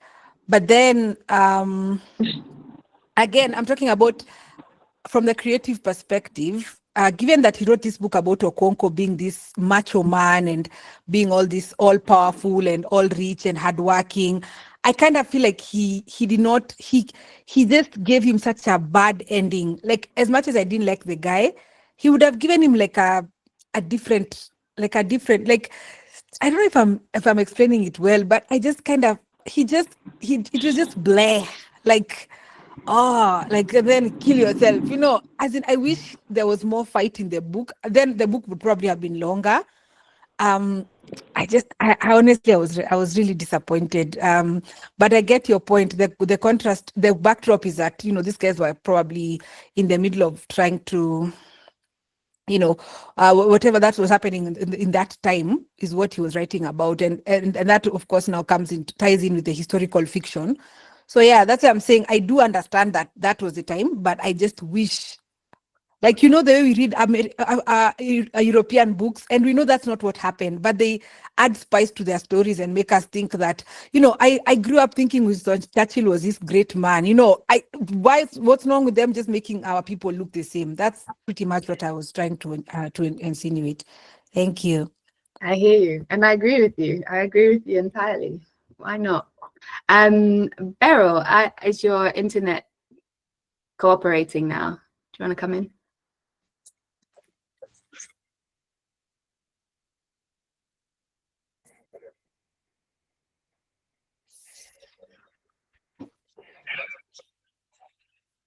No, it sounds like it's still misbehaving. Let me go to Connie. And Beryl, keep us posted. I'll come back to you after Connie. You know, I was enjoying Leah's crash out there for a minute. I lost a bit of my train of thought. But you were asking about cultural erasure. What was interesting for me was the story about the son, how he converted, right? I think most of the time that's how we lose ourselves, due to our own traumas. And currently we live in a world where we've got exposure. And according to my culture, if a woman is supposed to be one thing, with what I'm exposed to, I'm inclined to move to something different because of the trauma that my situation is causing me. So I think most of the time that's how we lose ourselves, because as individuals, we want to free ourselves from one thing. And when you free yourself from that one thing, you abandon everything else about yourself. So it's like if you find yourself as a woman, you don't want to have children for whatever reason, and you are in this culturally, you are measured by how many kids you're supposed to have. The transition from I don't want to have children to I want to be child-free, you go to the extreme, because my culture doesn't give me a choice. So anything and everything that comes my way, and sort of I see a gap to escape my reality, I go with it, and then I abandon everything that is me, because where I come from, they don't accept one aspect of myself. Therefore, I abandon everything, and then I turn myself into something else altogether. And I think that's what happened with the son. He didn't have a platform where he can say, okay, as a people, why don't we do this to save the twins and try doing things differently in relation with the things that were bothering him. It was just easier. He got a vehicle to escape that kind of life. He didn't want to be associated with the people who do that. But there was so much more of his people than just that one aspect that was making him uncomfortable or unhappy or whatever the case might be. I think trauma and yeah, I think trauma, it sort of pushes us away from who we are. So yeah, that's my take. Yeah, it really does. It really does. But Beryl, let's see if you are able to come back in. Guys, can you hear me now? Yes. So, okay, I want to add on what Leah said. When I read the book, towards the end of the book, I was so angry. Like, I really wished like something was going to happen to those white people. In as much as I understand that white people conquered us at the end, I mean, I wanted something to happen, like a mini tsunami, a mini earthquake, something, and I was so disappointed. Like nothing happened. So even when Okonko was so angry, honestly, my husband's anger was so justified. I don't understand why the other people were just sitting around, the priestess, the oracle, Amadioha. Where was Amadioha? I don't understand.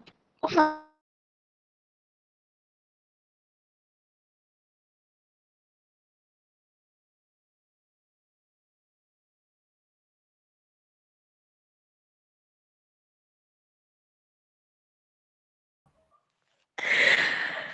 Beryl, I think Beryl and my husband's anger.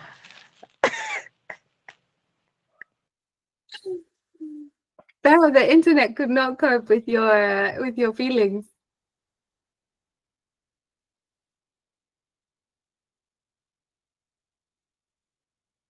Ah, shame. I was really enjoying that.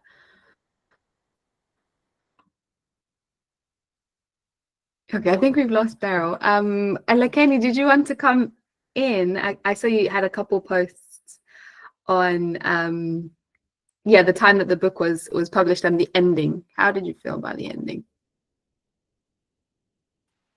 Okay, yeah. So the first thing is I kind of listened to some of his interviews just to give a background that this was a response to a lot of the literature written about the time and colonization that was written by white authors. So one of the books that he really hated, which I've read and I hated with a passion as well, was Joseph Conrad's The Heart of Darkness. That kind of glorifies and colonization to a large extent and really talks about it at surface level, very whitewashing. Like it's just a horrible book. I don't know why that book is a classic. So if you think about it from that perspective, even talking about, because most of the book really covers the Igbo culture and cultural practices. So even to delve into those nuances was a victory for the time in which the book was written.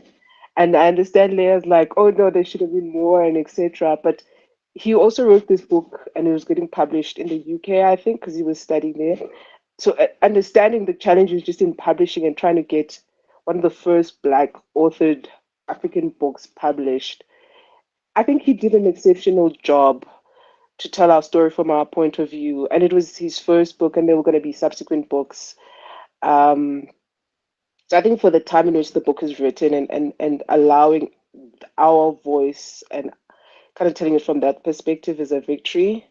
I was happy with the ending. I think it, for me, if anything, it kind of understanding Okonko's character and it felt it was sad that he wouldn't get buried as a man and then have to go to the not be buried in the traditional way that he would have wished with all his toxic masculinity.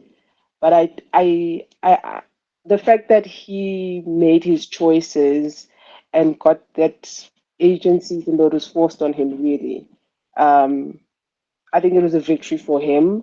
He took himself out, and that was a choice that he had.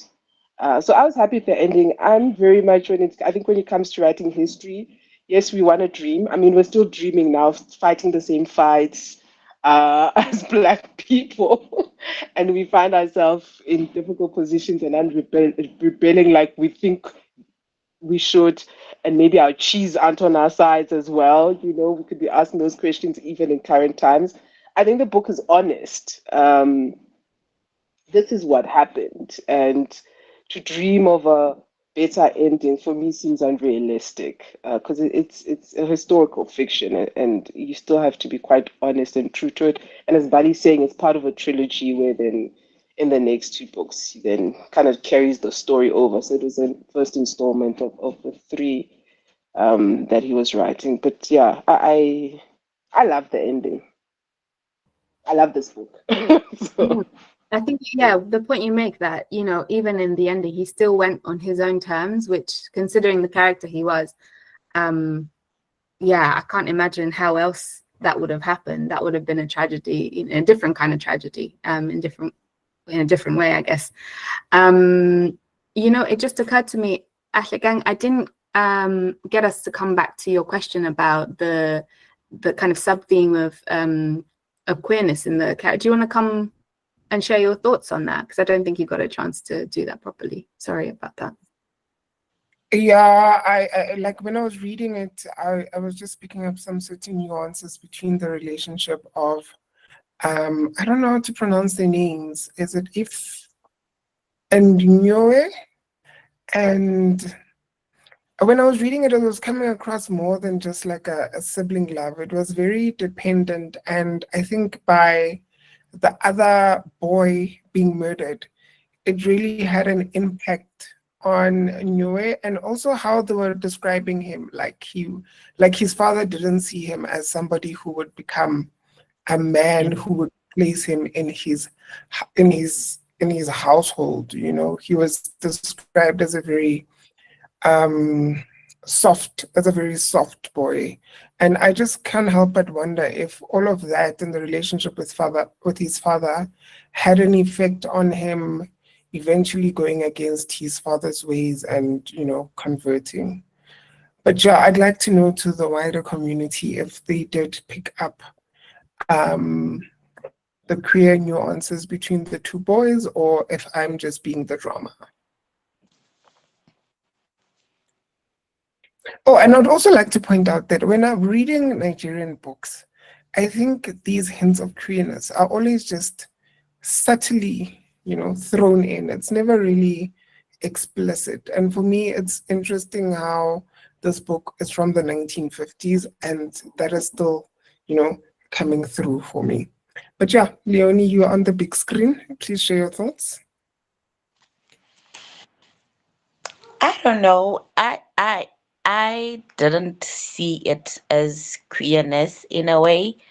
I felt like for Norway, when the other boy came, he I thought he was a bit older, so he became like the he, a covering in a way where now insults are not coming to you alone, but to the both of you. So for me, I would say no, he was like more like a half shield of some sort, where there is someone who is living or experiencing the same wrath from your father as you are. Now there were two boys now. So it wasn't like he's a failure or he didn't have to question a lot of things now because it's not happening exclusively to him, but to him and somebody else. But in queerness, in chapter, I can't see what I was writing here, but there were some times where I don't know the musicians, and there was just a smaller statement that said they were gay. I saw the word gay twice, I swear. No, but gay means happy there. I was like, I actually wrote it. I was like, are the musicians gay? No, gay, that means happy. Oh, I didn't I know thought, that. I also saw that gay and I thought it's gay as in gay. yeah, I also saw the girl like, are they gay? Are they gay? I think it's chapter 12. Because of the drums were, and then just, and they were gay. Like, they were gay. 3 words, full stop. You see, that benefits of reading, you will expand your vocabulary.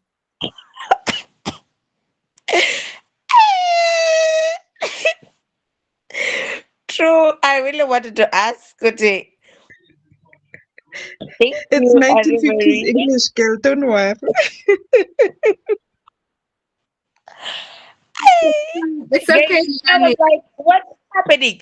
I actually wrote, I was like, what is the era in this book? Are they wearing, what are they wearing? Because I was seeing the guns.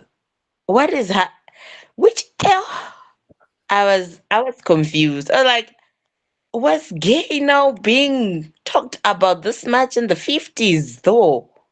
Because like they were gay. I was like, okay, that's all I have. English came on a boat, didn't it? So we're all getting our literature up. Anyone else have any thoughts on that? Did you pick up on it?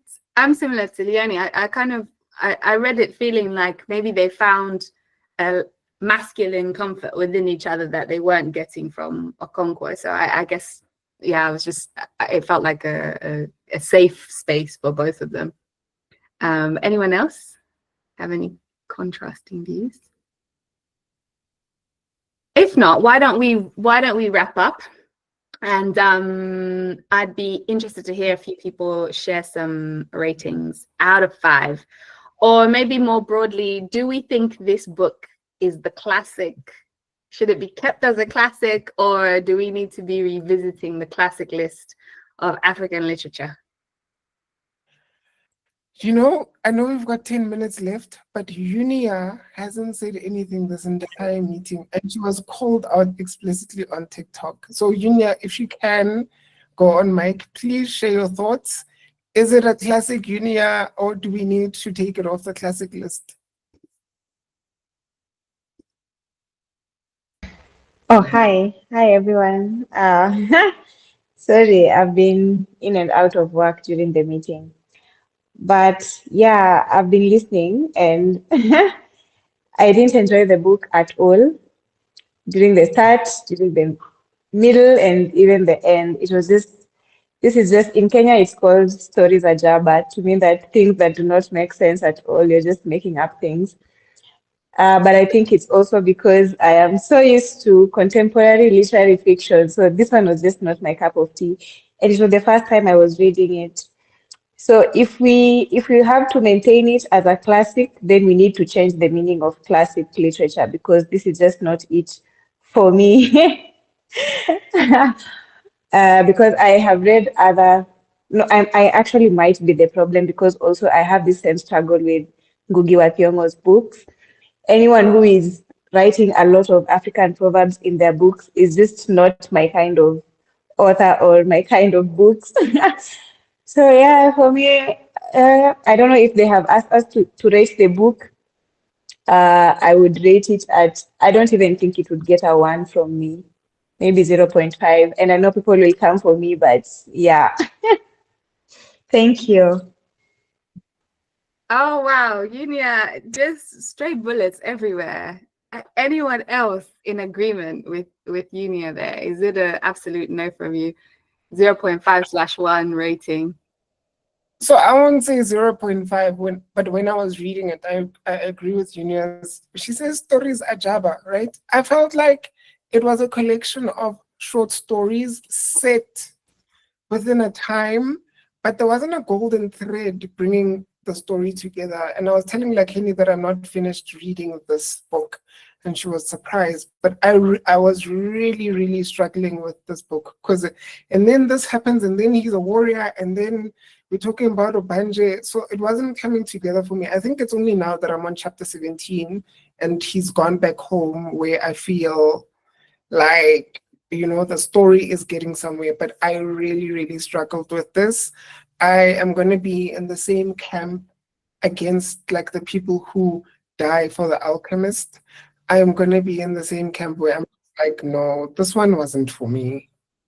So I'll give it like a 3, and I'll add 1 because it's like one of the foundations of African literature. But yeah, I really struggled with this book. I don't know if I'm going to finish it because you guys, I don't even know if I'm going to read the other 2. And also, maybe this is not my author because I struggled with Anthills of the Savannah. Was it Anthills of the Savannah? Yes, I struggled with that. Yeah, maybe. So, Mukibele, the hand is up. I have to agree with Unia, although I didn't really finish the book. But I have to agree with her because with me, my biggest problem with it was the fact that sometimes you were left with more questions than answers.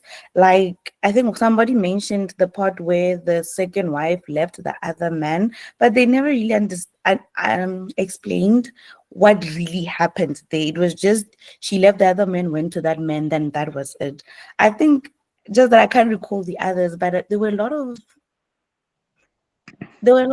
like, how do I put this? There were a lot of like unfinished stories. Like he didn't really try to explain some things. I think at some point explanations were very important, but he didn't give them.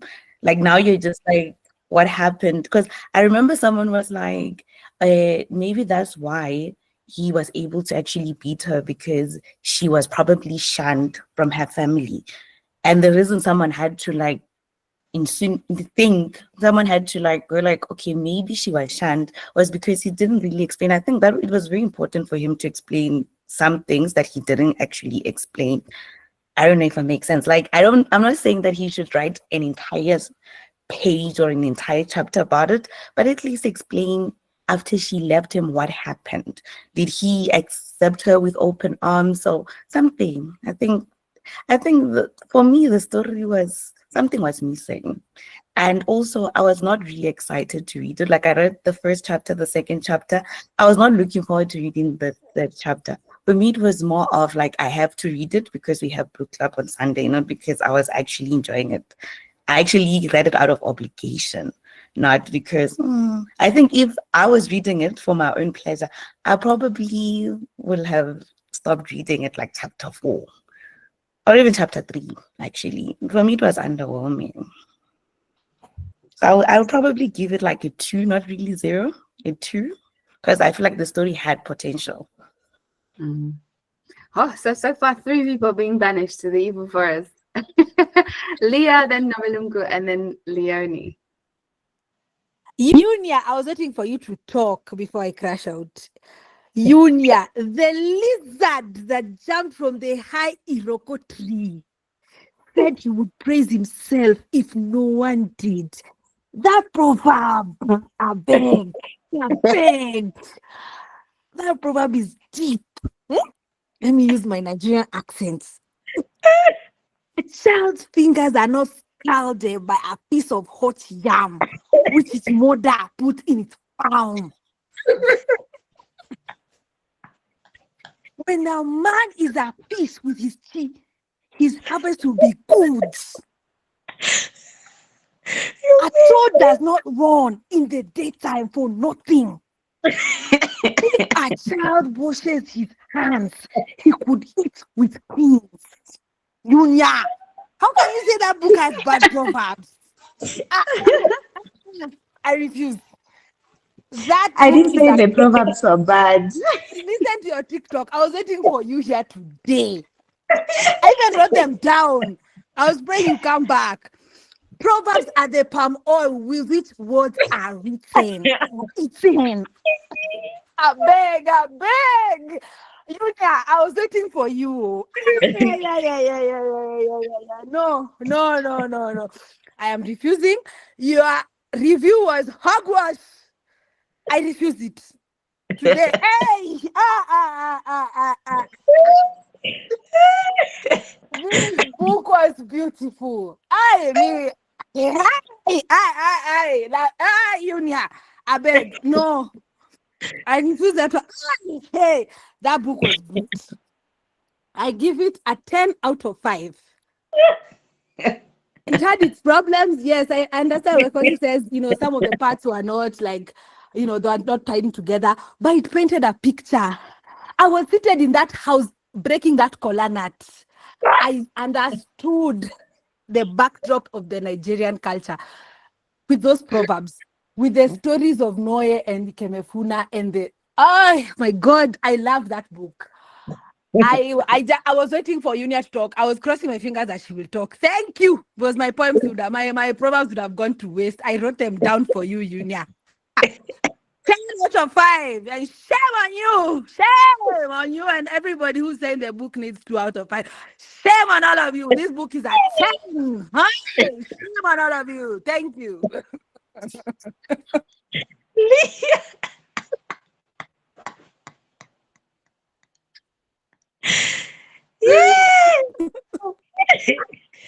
Yes. And you I love you. This one, no. This book was good, and the proverbs were good.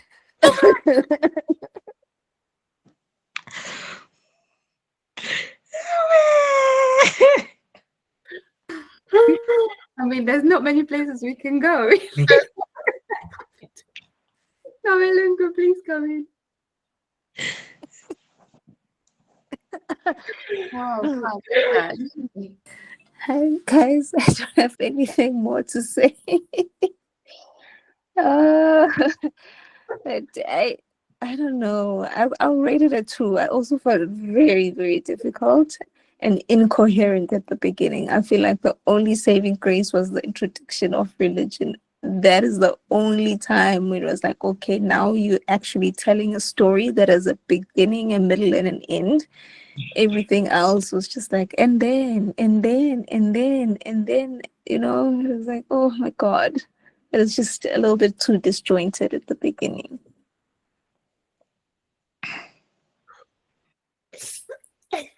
Thank you, Lungu.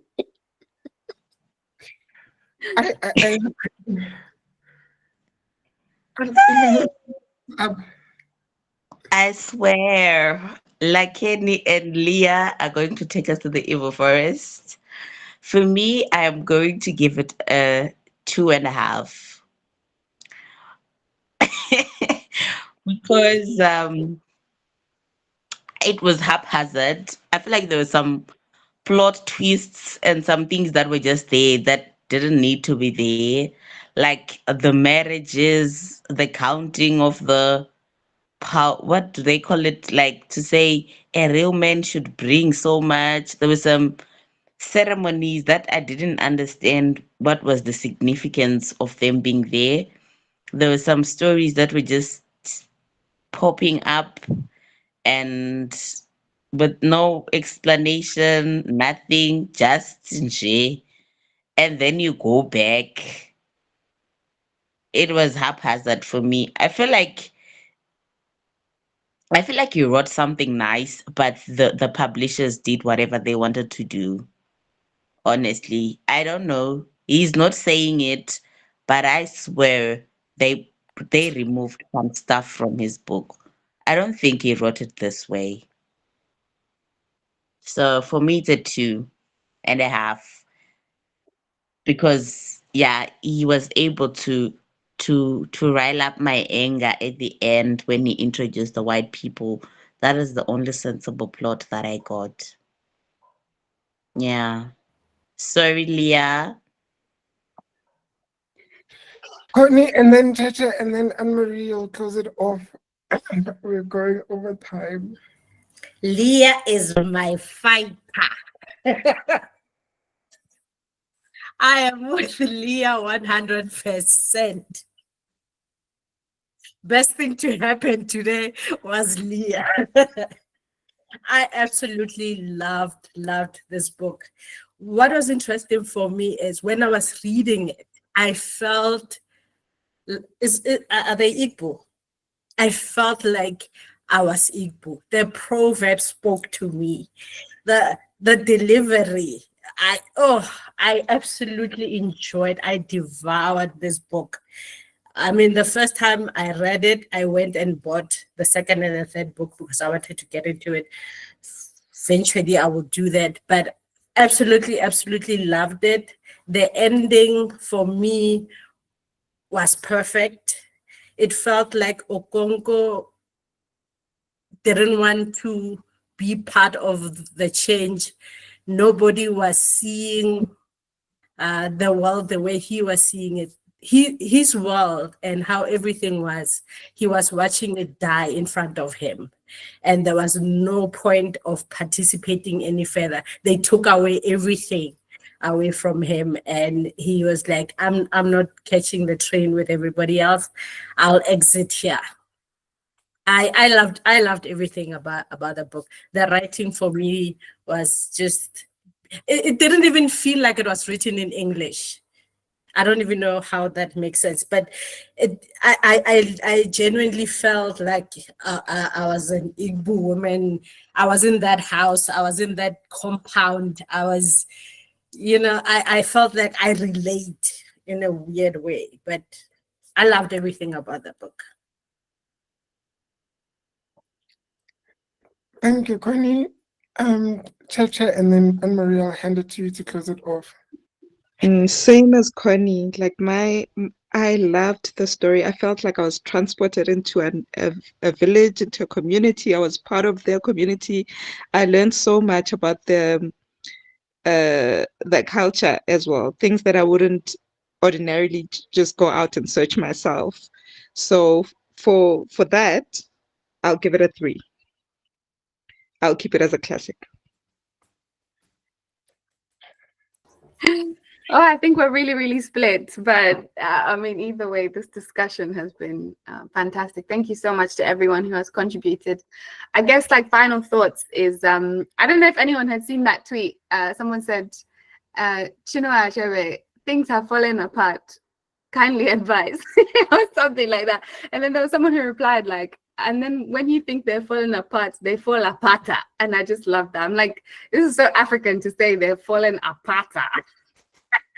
But yeah, I think just some last reflections, thinking that we can take away, in what ways do we think some of the things that were in the book have been reconciled in our society today, and what things still remain the same.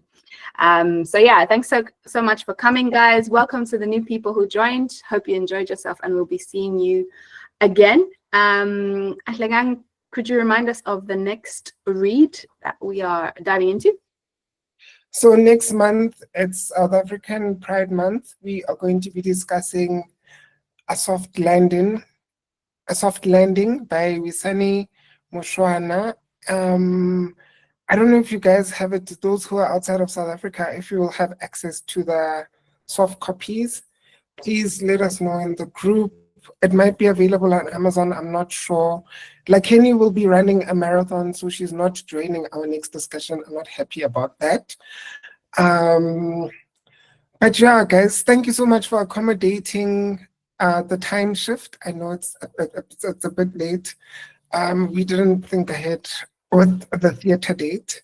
But yeah, thank you for joining. We had a really great discussion. I love that we are split, because that's the whole essence of this book club. We need to come through with our thoughts and discuss them, and we've done that today, especially Leah's crash out with her Nigerian proverbs. I'm gonna capture that audio. But yeah, guys, thank you so much. We're almost on 2 years of meeting for book club, so I'm really enjoying this engagement. And Anne-Marie, you did a stellar job hosting us today. I think it was a mammoth task discussing this book, discussing what we're going to talk about. And I like the touch with sharing the questions before in the group. I think we'll take that approach going forward. So yeah, guys, continue to engage with the group, continue to engage with the platform on TikTok, Instagram, YouTube, wherever.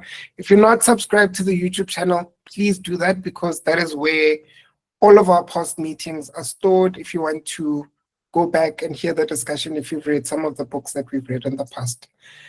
With that, I wish you a very happy week ahead, and until we meet again in 4 weeks to discuss a soft landing. Bye. Everyone, have a great week. Have a Bye. good week. Bye. Bye, Bye. everyone. Bye, everybody. Bye.